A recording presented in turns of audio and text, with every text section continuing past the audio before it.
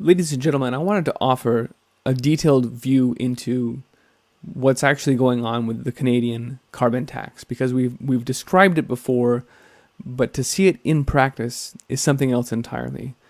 And I think it's illustrative. So here's a tweet by Eat It Joe's 73, and she correctly describes it as insanity, but she says, I work for a company that dries grain. We've used a lot of LPG this year because it was, after all, the wettest year on record. We had record delayed planting, record prevent planting, and you needed a lot of propane, if you could even get it due to the shortages, to dry the crops as a result of all this. So on top of all of these things, finally adding the last insult to these sets of injuries, the new 22% carbon tax went into place.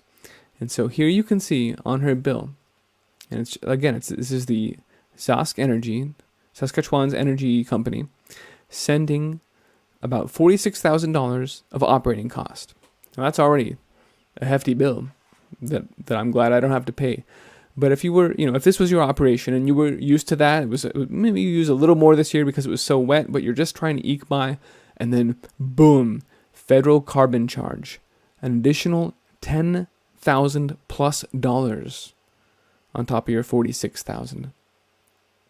Invented out of nowhere, signed into law as a virtue signaling Justin Trudeau.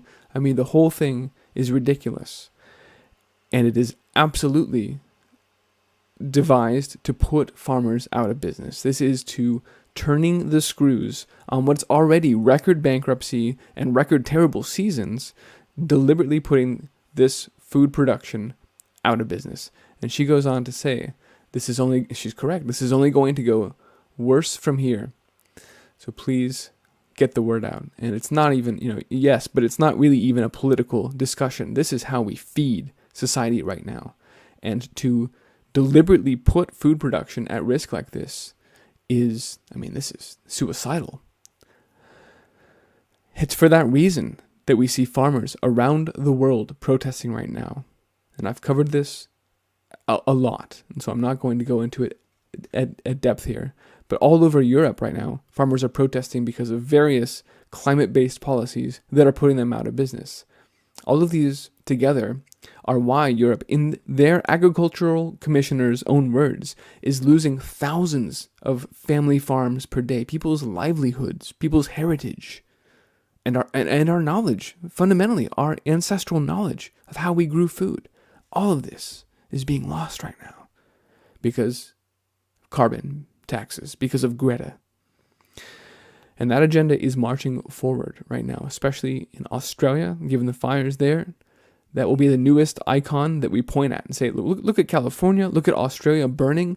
We have to stop growing food in the way we have been. It has to be fake meat now. It has to be bugs we have to eat. All of these things that the UN agenda has been describing for some time. And we've taken that report apart as well and seen the mandatory global food rationing, the eating of insects instead of meat, all of these, in fact, cannibalism being described.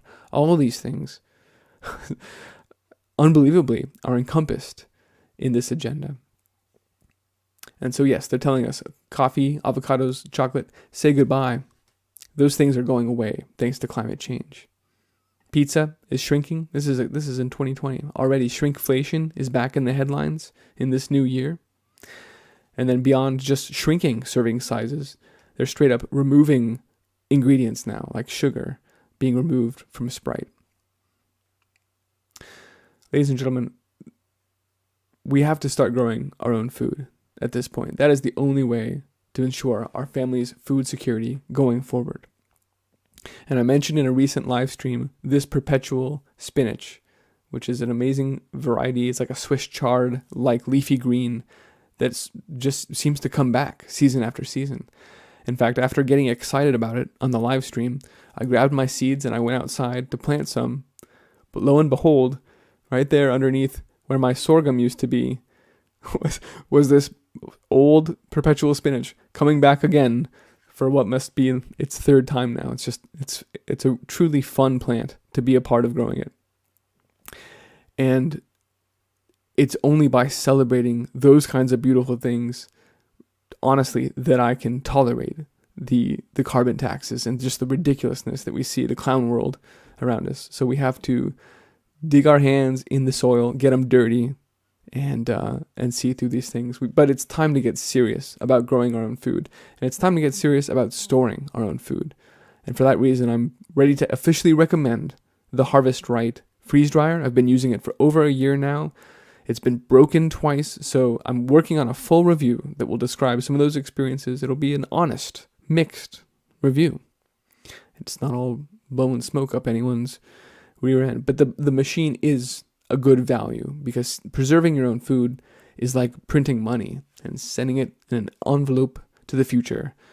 I've had some bad experiences with commercially dehydrated food, freeze-dried food. Stuff doesn't keep, and I don't trust my family to other companies like that.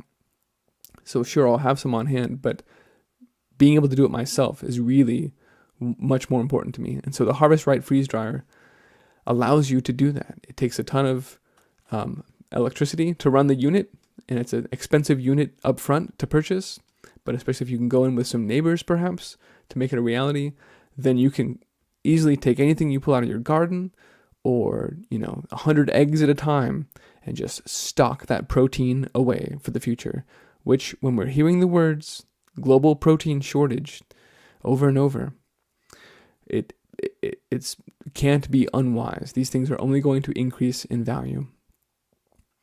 So I wanted to put that out there. If you have any questions about the Harvest Right machine, send me a note, iceagefarmer@proteinmail.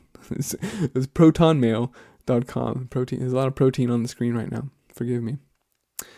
I also wanted to offer this quote because it's no small task ahead of us when we look at modern agriculture's demise, when we see the whole food production systems being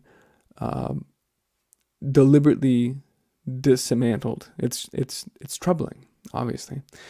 But in the words of Teddy Roosevelt, far and away the best prize that life offers is the chance to work hard at work worth doing. And ladies and gentlemen, I can think of few things more worthwhile than replacing these broken systems that have enslaved people for generations now, and the opportunity instead to walk away from those as we create new systems that are distributed networks of people creating their own food and sharing those genetics all around them, and just how amazing those interactions can be. And those are the paths forward, using regenerative practices and building communities. And that's worthwhile. And so is making babies and raising them well. And I also wanted to bring this. I happened to open up, oddly, it was page 666 in my Bible, to Proverbs 28:16. So I don't know what to make of these numbers sometimes, but 28:19 says, "He that tills the land will have plenty of bread, but he that follows frivolous pursuits will have plenty of poverty." And so start growing your own food and have faith that we can build and grow through this together, because we're all in it together. Thanks for watching, folks. Thanks for spreading the word. Let's go build great things.